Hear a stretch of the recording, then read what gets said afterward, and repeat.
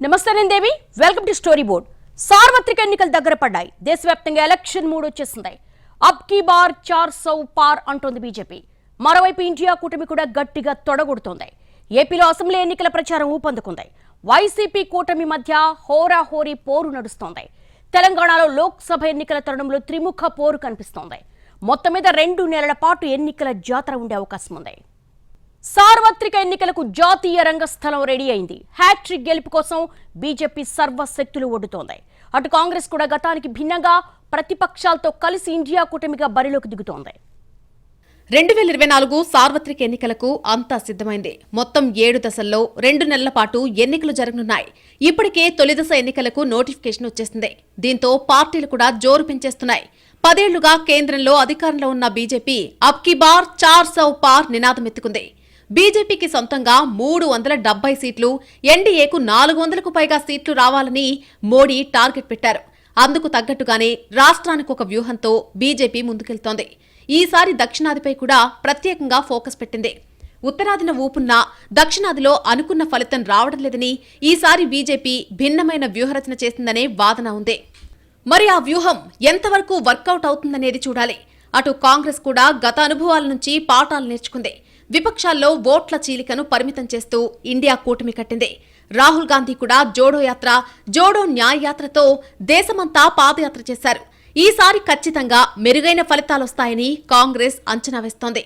అధికారంలో ఉన్న రాష్ట్రాలు 3 ఉన్నా రాహుల్ యాత్ర జరిగిన చాలా రాష్ట్రాల్లో జనం నుంచి వచ్చిన స్పందన కాంగ్రెస్ కు సానుకూల సంకేతాలిస్తోంది. ఇప్పుడే మీ ప్రతి నెల లిస్ట్ లో డెల్టా శ్రీహరి పంచతులసిని యాడ్ చేసుకోండి. డెల్టా శ్రీహరి పంచతులసి ప్యాకెట్ తో పాటు చప్పరించే టాబ్లెట్స్ ఫ్రీగా ఇస్తున్నారు. 2024 ఎన్నికలకు ప్రధాని మోడీ కొన్ని నెలల క్రితమే సమరశంఖం పూరించారు. గత 10 ఏళ్లలో చేసిన పనులు, రాబోయే రోజుల్లో పెట్టుకున్న లక్ష్యాలను గుర్తు చేస్తూ బీజేపీ ఎన్నికల వ్యూహాన్ని ఆవిష్కరించారు. కేవలం హ్యాట్రిక్ గెలుపు మాత్రమే కాదు, ఖచ్చితంగా ఇన్ని సీట్లు రావాల్సిందేనంటూ మోడీ చేసిన ప్రకటన బీజేపీ శ్రేణుల్లో జోష్ తెచ్చింది. అబ్ కీ బార్ 400 పార్ అనే నినాదం ఎత్తుకున్నారు.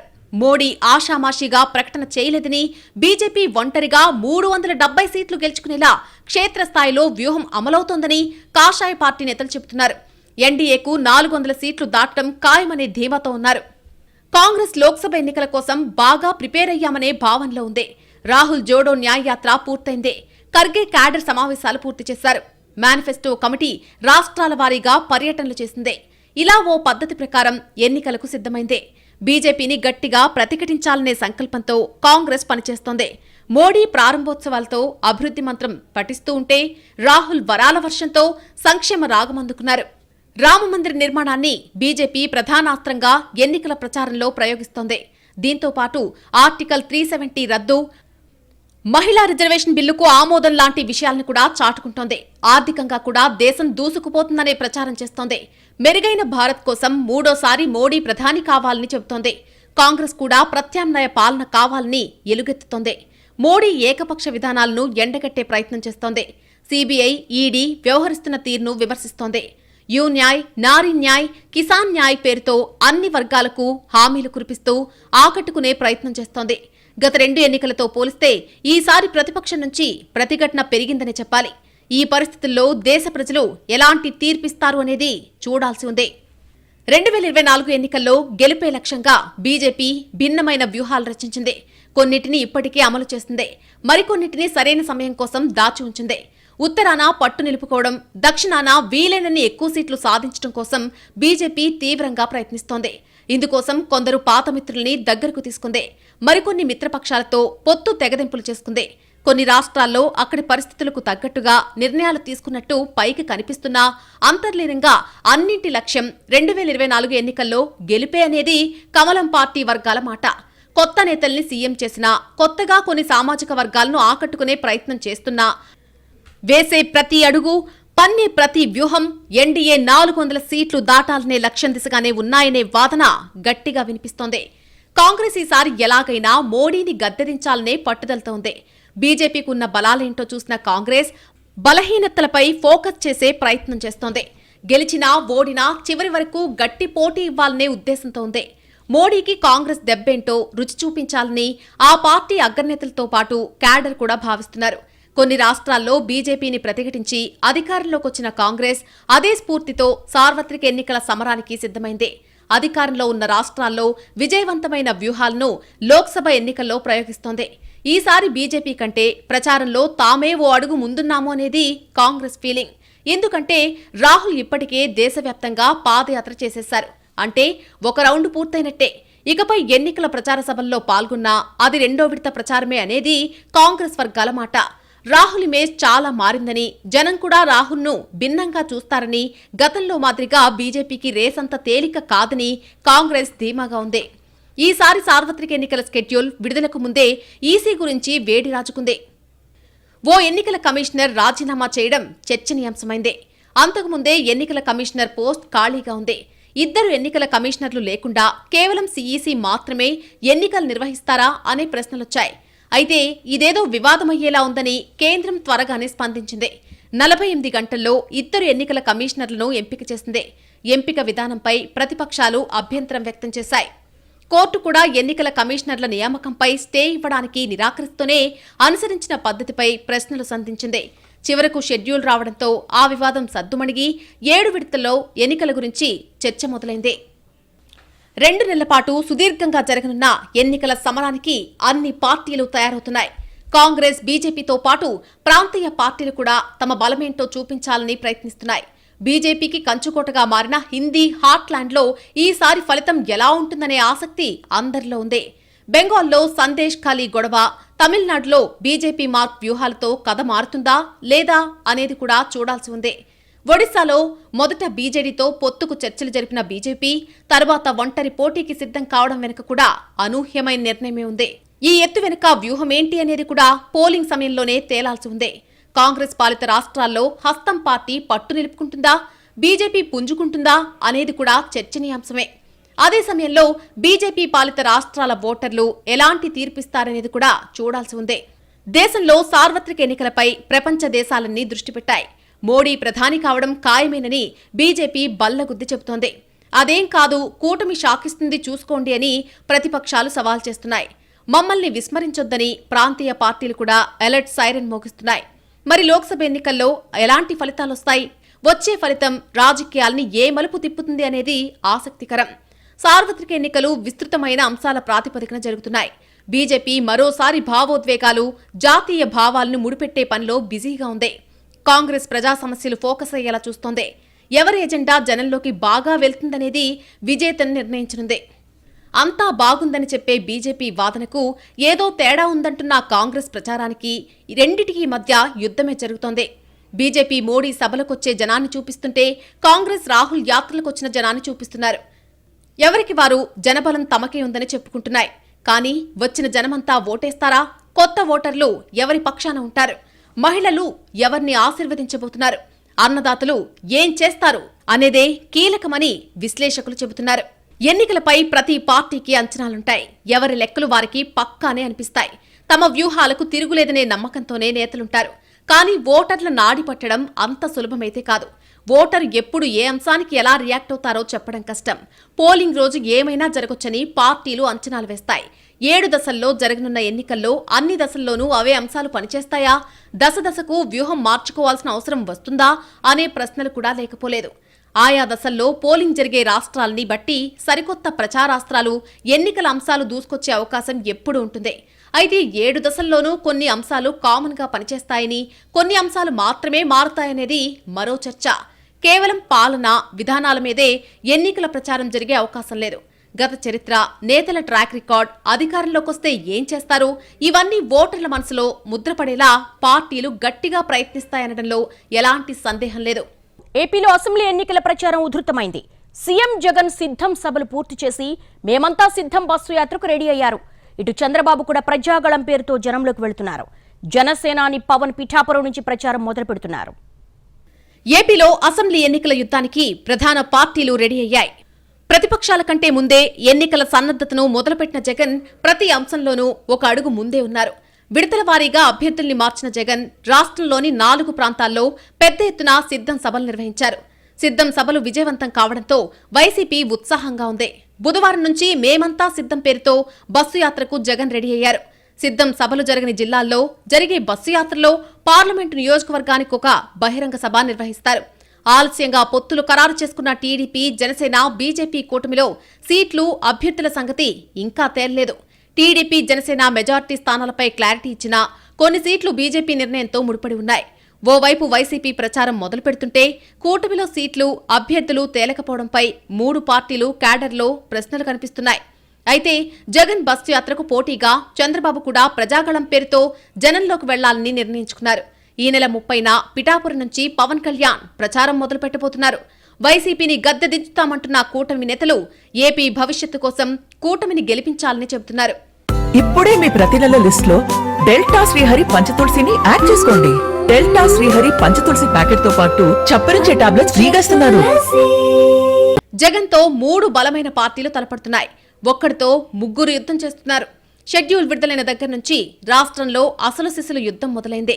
పార్టీలు కదిపే ప్రతి పావు కీలకమే.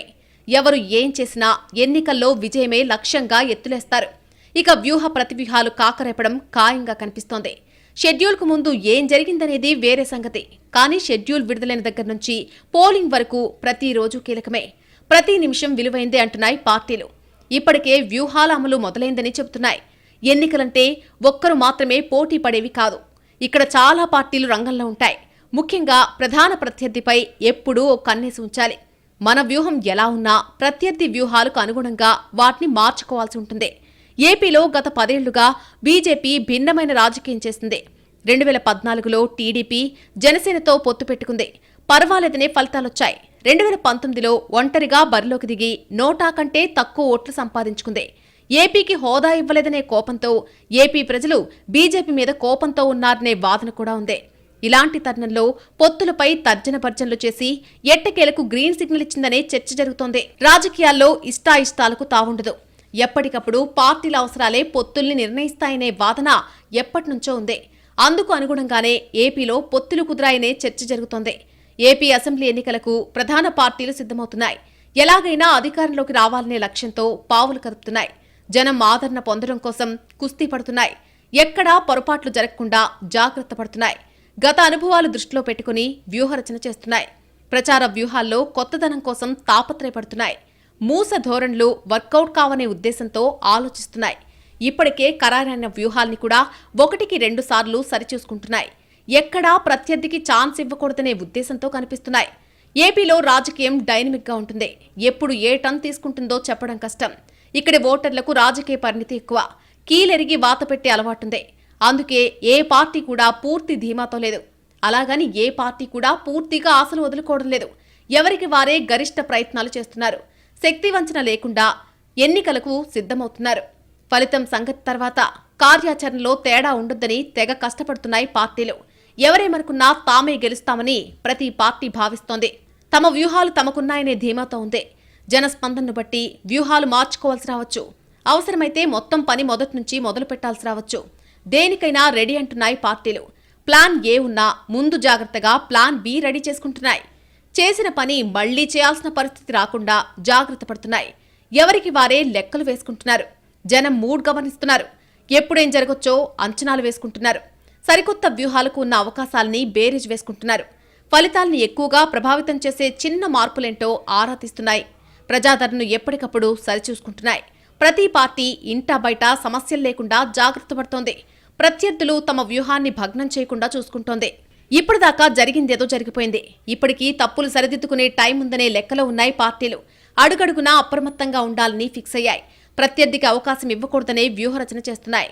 రాబోయే రోజుల్లో జరగబోయే రాజకీయ పరిణామాలు ఉత్కంఠకు తెరతీస్తున్నాయి. జనం కూడా నిరంతరం రాజకీయాల్ని జాగ్రత్తగా గమనిస్తున్నారు.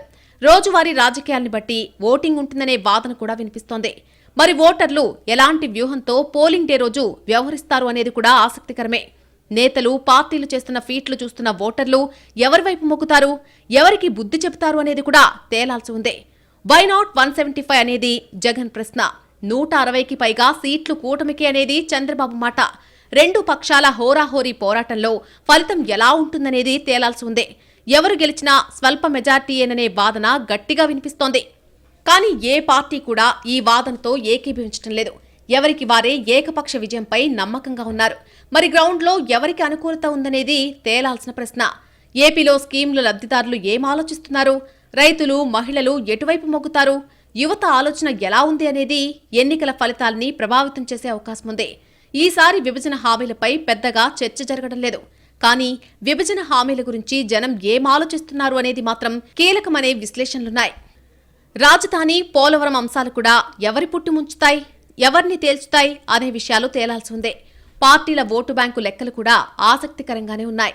వైసీపీ ఓటు బ్యాంకు పదిలంగా ఉందా లేదా, టీడీపీ బలం పెరిగిందా లేదా, జనసేన ఏ మేరకు బలం పుంజుకుంది అనే అంశాల మీదే ఫలితాలు ఆధారపడి ఉంటాయి.